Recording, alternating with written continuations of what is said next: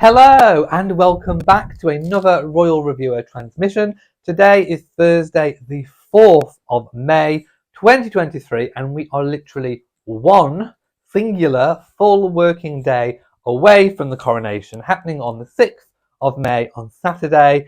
Can you believe it? London is a hive of activity and we'll be talking about some of that in a moment. Amongst the hive of coronation preparations, we've also have had a garden party, the first for the King and Queen as King and Queen. Of course, they attended many as the Prince of Wales and the Duchess of Cornwall. So we'll be taking a look at that. There's also a whole slew of royal stories, including what former President Trump, I think you can still call ex-presidents President Trump said about Meghan. So we'll be talking about that and a few other things as well. But before we go into any further detail, I want to explain the ensemble today. So of course we are wearing a red velour jacket. We're wearing the Canadian maple leaf brooch. A little nod to Scotland today with a little bit of tartan that I thought tied in quite nicely. And we have Queen Victoria's sapphire tiara. Now I could have worn the sapphire Prince Albert brooch today to match and tie in, but I just thought that this brooch looked absolutely magnificent with this kind of almost sort of red wine type colour. I absolutely love it. Also, there will be a few changes to my set. I know some of you like certain elements about the set, some of you really don't like it. There will be changes, but for now we are as we are. I definitely do need some pictures. I agree with quite a few of the comments about this wall. I always had it in my mind to have some sort of picture or pictures. So we will get there with the set.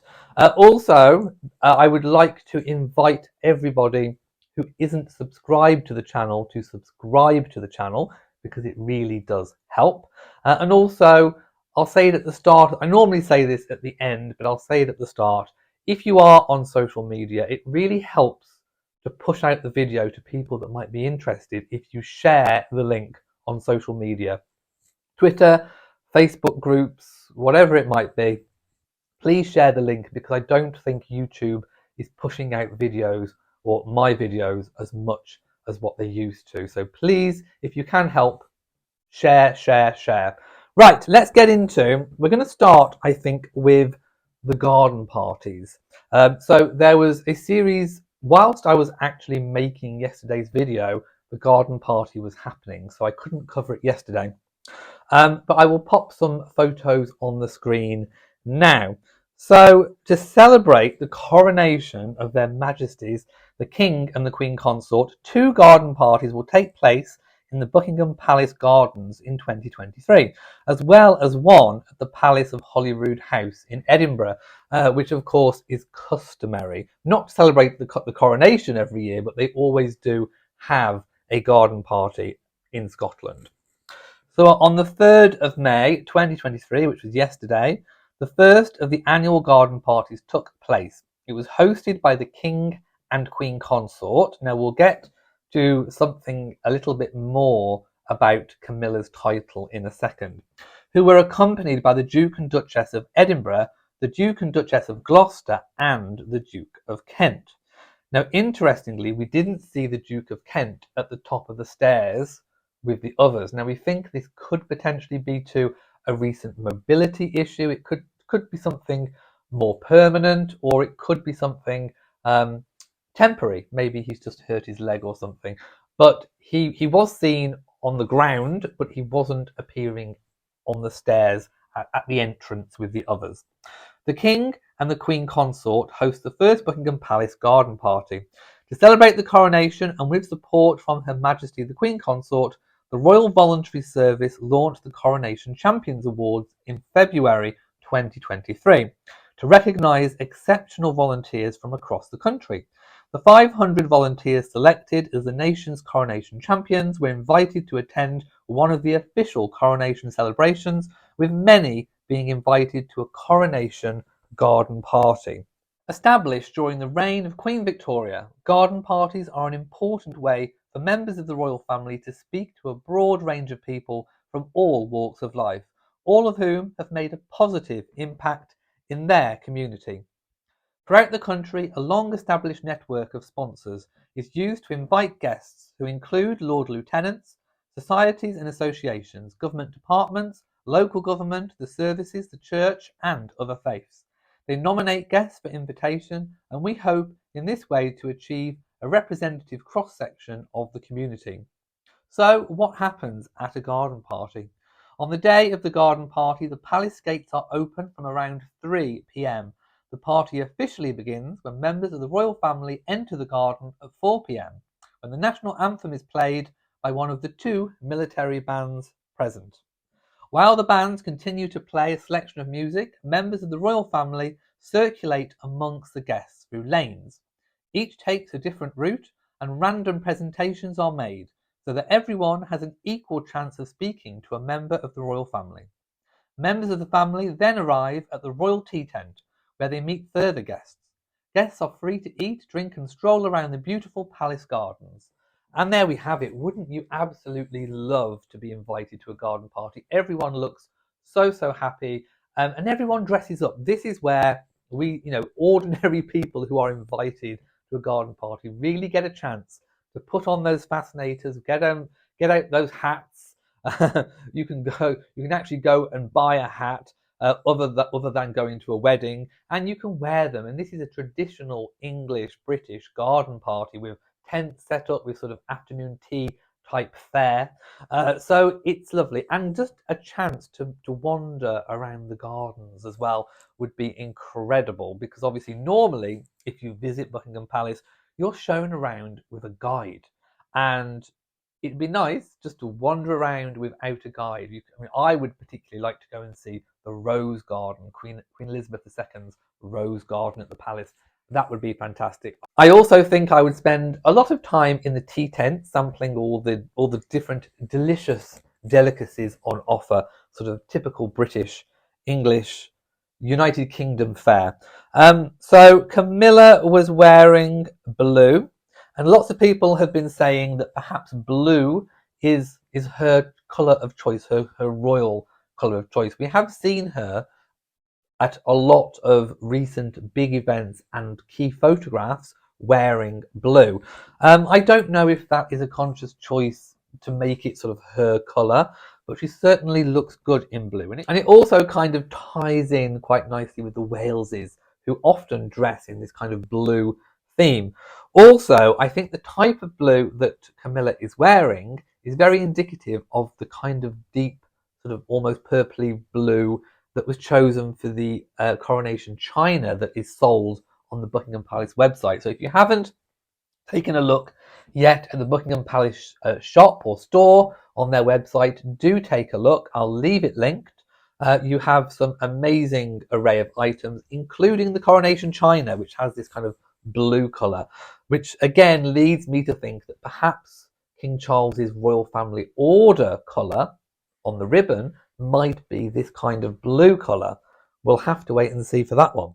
I think Sophie's outfit looks really incredible. Now, I don't think we can see, with the way that she styled her hair at the garden party, quite what she's had done at the hairdressers. A few days ago, she was seen leaving her hairdressers, and she was looking a bit windswept leaving. So I don't think we'll get to see the full effects of the hair until the coronation. And we still don't know really whether officially tiaras are going to be worn. I so hope there's going to be tiaras. I've got my fingers crossed for tiaras. I want to see the glitz and glam. I really do. And I will be very disappointed if there are no tiaras. I really will. I mean, if they wear tiaras, for example, at a state banquet, that's sort of one level. The coronation is up here. And if you cannot wear a tiara, if you cannot put on all the glitz and glam at a coronation, when can you? To me, if they're not allowed to wear tiaras, that is telling me that the coronation is less than a state banquet. And it clearly is not less than a state banquet. So I would be very disappointed if there were no tiaras. So that's just my take on it. Please let me know in the comment section below, what is your take on tiaras and finery and grandeur? Are you like me? Is more more at a coronation, do let me know. Now, for my next story, I'm going to have to put on a pair of gloves because it's about the Queen and her love of gloves. Now, I've had these gloves in my personal collection for a number of years. And I don't normally wear them in videos because I find it hard to operate the phone with them. Maybe I need to get them with that technology that you can touch screens with. I have worn them in a video when I dressed up a long time ago, but I thought I'd put them back on to talk about this story. So there we go. The Queen, the late Queen, I should say, was known for her love of gloves, and she often wore them quite long as well. I have got a pair of black ones that are quite long as well. But the royal glove maker, yeah, I can't use my laptop because of the fingers. I'll do it from memory, it's fine. So the royal glove maker who has been, well, it's a certain family that's been making gloves for the Queen for decades, and then it's sort of passed down the generations. So the Queen never used to like to throw away a pair of good gloves. She used to love them. Now, why did the late Queen favour wearing gloves? Well, it protects the hands. I mean, this is pre-pandemic, but the Queen, I think, knew that she was going to be shaking hands and conversing with a lot of different people. So to protect, from germs and that kind of thing, gloves, I think, were very important. Also, as you get older, your hands maybe start to look a little bit more, not as nice. So you can kind of cover up a little bit. Although I don't think that's why she started wearing gloves. She started wearing gloves when she was young, and her hands were absolutely gorgeous. And of course, the late Queen, had impeccable skin. Her skin was really, really good. Even in her 90s, her skin was amazing. So I hope I have as good a skin as the late Queen, when I'm that age. Hopefully, I get to that age. But no, gloves were very important. They also add a touch of style and elegance to an outfit. The Queen never used to like to wear leather or anything kind of slippy, always a material. And there were slightly different styles and colours of gloves depending upon what engagement she was going to, or what the function was, or whether it was a state occasion.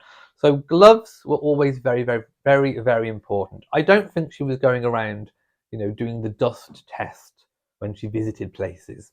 But no, definitely adds a touch of style and elegance to an outfit that I just don't think you get. And I think one thing that ladies of today, young girls of today, don't do is they don't wear gloves as much.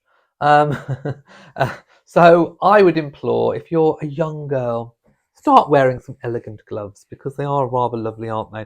And I would like to see the new generation of royals, the Princess of Wales, Beatrice, Eugenie, wearing some gloves. I just think it kind of elevates an outfit. We did see the Princess of Wales wearing some dark, lovely gloves when she sort of updated an outfit recently. I think it was the BAFTAs, and she did look gorgeous. So I think we're definitely going to be seeing a trend of gloves making a big, huge comeback. Let me know in the comment section what you think about gloves. Do you wear them?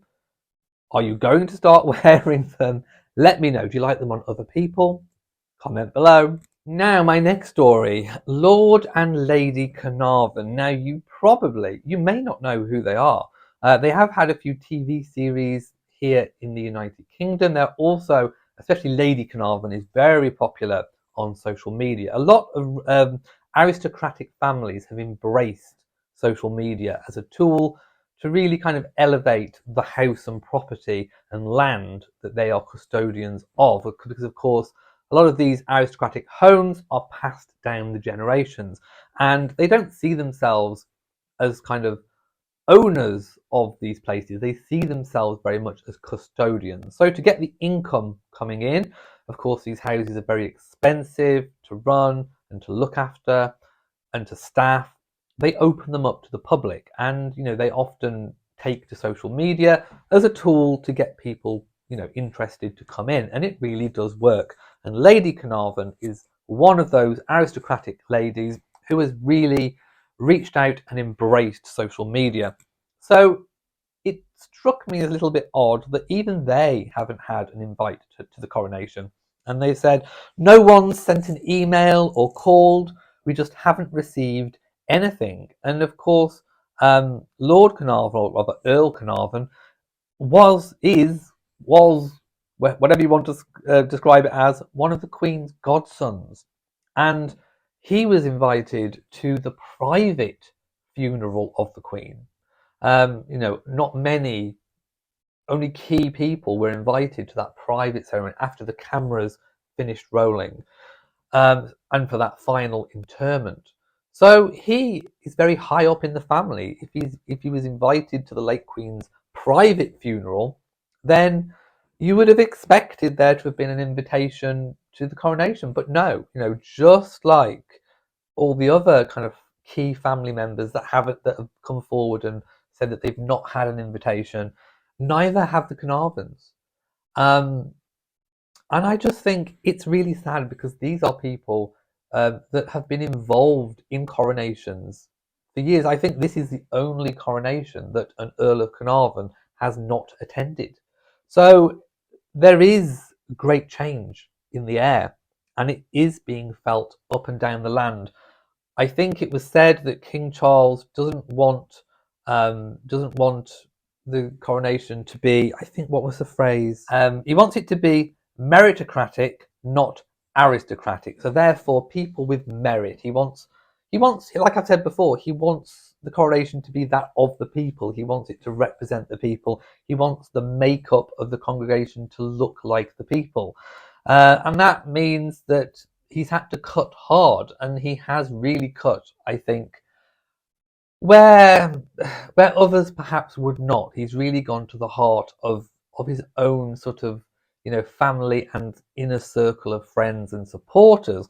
Where this will leave the monarchy in the future, I don't know, because I don't think it's as important as it once was to have the support of the aristocracy, but a lot of them are still huge landowners, and it does still kind of feed through. I think you need to be careful as king, as monarch, as sovereign, who you alienate. And I don't think the Carnarvons are going to be alienated. I think they understand. I think a lot of the aristocracy understand, but it just has that little bit of I'm just not sure whether it was the right thing to do. I think, making the coronation more modern and more reflective is the right thing to do. But I also think that there are some people that have been excluded that would have been included in previous years that perhaps should have still been included. Let me know your thoughts in the comments below. Okay, so next we have some news that Camilla's grandson, who is being involved in the coronation service, Gus Lopez, age 13, has broken his arm, or rather his arm appears like it's going to be in a sling for the coronation. My goodness, we saw a whole load of photographs of royals arriving at the Abbey yesterday. I did include them in yesterday's video, so if you haven't seen them, go back and take a look. But he was seen he was seen arriving at Buckingham Palace for the rehearsals, and it appears that he had his arm in a sling. So that doesn't bode well, but I'm sure it will kind of be as discreetly hidden as possible. I'm not entirely sure exactly what his role is within it. I know it was likely to have been to sort of help support Camilla's train of her robe, um, or perhaps holding the canopy of state. So well, you only need one hand to do that. I'm trying to just work out what hand it is.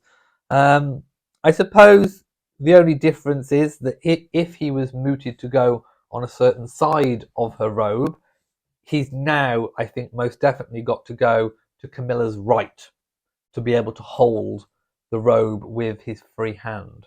So perhaps some concessions may have had to have been made with the positioning of Gus, but we shall see on the day. And like I say, it's all going to be very spectacular. A lot of these final details will not be known until the actual day. Now, there is something that I do want to talk to you about, as I've said.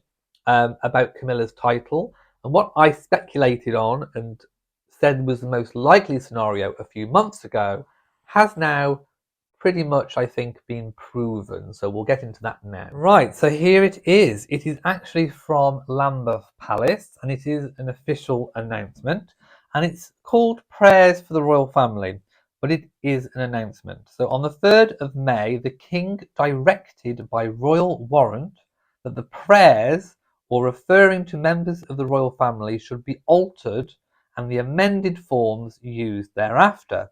The warrant indicates that with effect from the 6th of May 2023, in every prayer for the royal family contained in any form of service authorised for use in the Church of England, instead of the words Camilla the Queen Consort, the words Queen Camilla should be inserted. From Coronation Day onward, the prayer for the royal family in the Book of Common Prayer will therefore read, Almighty God, the fountain of all goodness, we humbly beseech thee to bless Queen Camilla, William, Prince of Wales, the Princess of Wales, and all the royal family. Endure them with the Holy Spirit, enrich them with the heavenly grace, prosper them with all happiness, and bring them to thine everlasting kingdom through Jesus Christ our Lord. Amen. Okay, so there we have it. To me, that sounds like formally Camilla will be known as Queen Camilla at the coronation and post-coronation. So it's exactly as I suspected many, many months ago when there was all this hoo-ha about whether she's the Queen Consort or Queen Camilla. The one thing she definitely isn't is the Queen. She's not the Queen. The late Queen Elizabeth was the Queen. She was Queen Elizabeth II. If you are a queen via marriage, you are a queen consort. That is what you are. But your title, your style is HM, Her Majesty, Queen Camilla. So I always speculated that the reason why the palace was referring to Camilla as the queen consort was to make the distinction during a period of transition between the late queen, which I think most people are now calling her the late queen. I've seen a lot in newspaper articles online and in print being referred to as the late queen, Elizabeth II, and of course, you know, King Charles's consort, Queen Camilla. So I always said that post coronation she would be known as Queen Camilla because that's precedent that was set. We had Queen Mary, Queen Adelaide, Queen Charlotte, Queen Elizabeth, who became the Queen Mother after the passing of George VI. So it made sense to me that she would be known as Queen Camilla. It seems like that is going to happen. That piece of information to me says that that's it. You know, the king has made his decision. She will be known as Queen Camilla, which for some people is still controversial. Some people, still don't think of King Charles as their king or Camilla as their queen, but they are. Charles is the king of the United Kingdom and many other sort of countries, realms, and territories around the world. So get used to it. It's Queen Camilla. Next, we have ex-President Donald Trump wading in again on matters of Harry and Meghan. Now, he was speaking to Nigel Farage. Nigel Farage was interviewing Donald Trump, and we're not going to go into, opinions on Donald Trump and Nigel Farage. I'm sure you'll let me know your thoughts on either of those two individuals in the comment section below. I invite you to leave a comment. But what I want to concentrate on is actually what Donald Trump said about Meghan. So it was aired at 7 p.m, I think, a few days ago on GB News, and Trump questioned the treatment of Her Majesty, late Majesty the Queen, by Meghan. He said, I think she, meaning Meghan, has been very disrespectful to the Queen. How can you be so disrespectful to the Queen? She was incredible. For decades and decades, she never made a mistake. I cannot think of a mistake she made. She was never controversial. He added, you cannot be disrespectful to her, and I think Meghan was very disrespectful to her, very disrespectful. He went on to say that he agreed with Nigel Farage when he said the Queen was the most popular human being in the world. And he said, I think it's going to be a great day of the coronation. I think they will do a great job, and he, Charles, loves the country. I got to know him, Charles, quite well, and he loves the country, really loves the country, and he loved his mother. That's why I thought she was treated so disrespectfully by Meghan, and there was just no need to do that. I was actually surprised that Harry was invited, to be honest. Um, he has previously spoken about Meghan, saying, I'm not a fan of hers. I wasn't from day one. I think Harry has been used horribly, and I think someday he will regret it. I think Harry's been used and been used terribly. I think it's ruined his relationship with his family, and it hurts the Queen. Speaking further, he says, I think she's been very disrespectful to the Queen.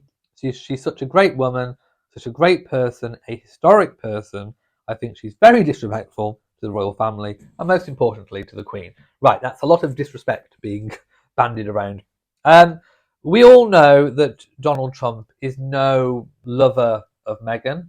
We also know that Meghan doesn't particularly love Donald Trump. And I think if you go back historically, I think before she married into the royal family, Meghan did make comments about Donald Trump. And I think he sort of picked up on that whilst he was president and kind of ran with it.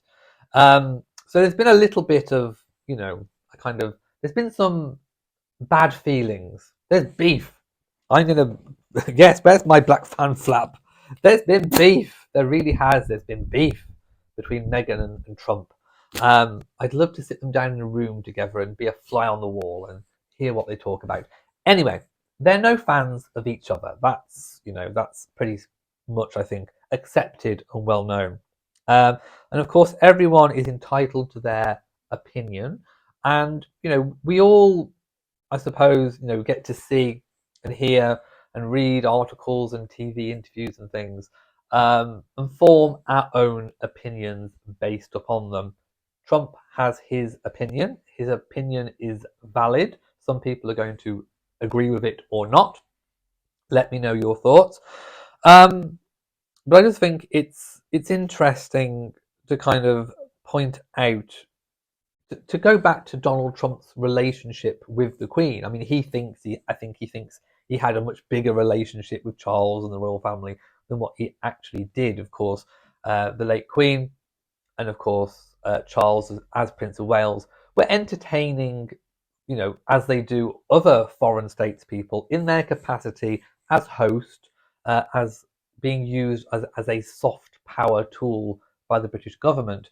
Whether or not the invitations and the warmth is genuine, that's one thing the Queen was really good at. We never know who she actually really liked and didn't dislike because she never spoke about it. So we don't know truly whether or not the Queen was a fan of Donald Trump or not. But from Trump's perspective, at least the royal family did an amazing job in making him feel like they liked him and everything without being political. So we're left in no doubt in our minds that Trump was, he got a hint of the royal magic and he was sort of bewitched and kind of besotted by it.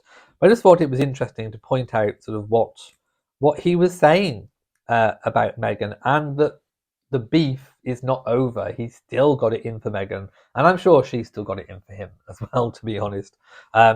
So we'll see. Will there be some tit for tat going on? Will Meghan, via a friend in People magazine or whatever magazine, comment? Will there be some backlash? Let me know your thoughts. Not again. Don't they know I'm busy? My goodness. The reviewer household, international superstar of the house speaking. Oh, it's you, Camilla. Your Majesty. No, not quite sure what to call you these days, my love. How are you? Oh, you well? I bet you're really busy. Well, yeah, I'm rushed off my feet as well. Yeah, I'll be watching, won't I? How are you doing? Are you ready? Have you got your outfit sorted? Well, yeah, that's the main thing, isn't it? Yeah. Mm. I would go with the fringed brooch. Yeah. I just think it adds a bit of sparkle. Well, yeah, I would go with the fringed. I just think it goes better with the outfit. Yeah, and it'll really pop against the crimson and the purple. Yeah. Yeah, and definitely the coronation earrings. Absolutely. Now, are you wearing the diadem? I would. I would. Well, you've got a right to. Don't let anyone tell you you haven't got a right to do it. Yeah. Yeah. How's Charles? Is he doing well?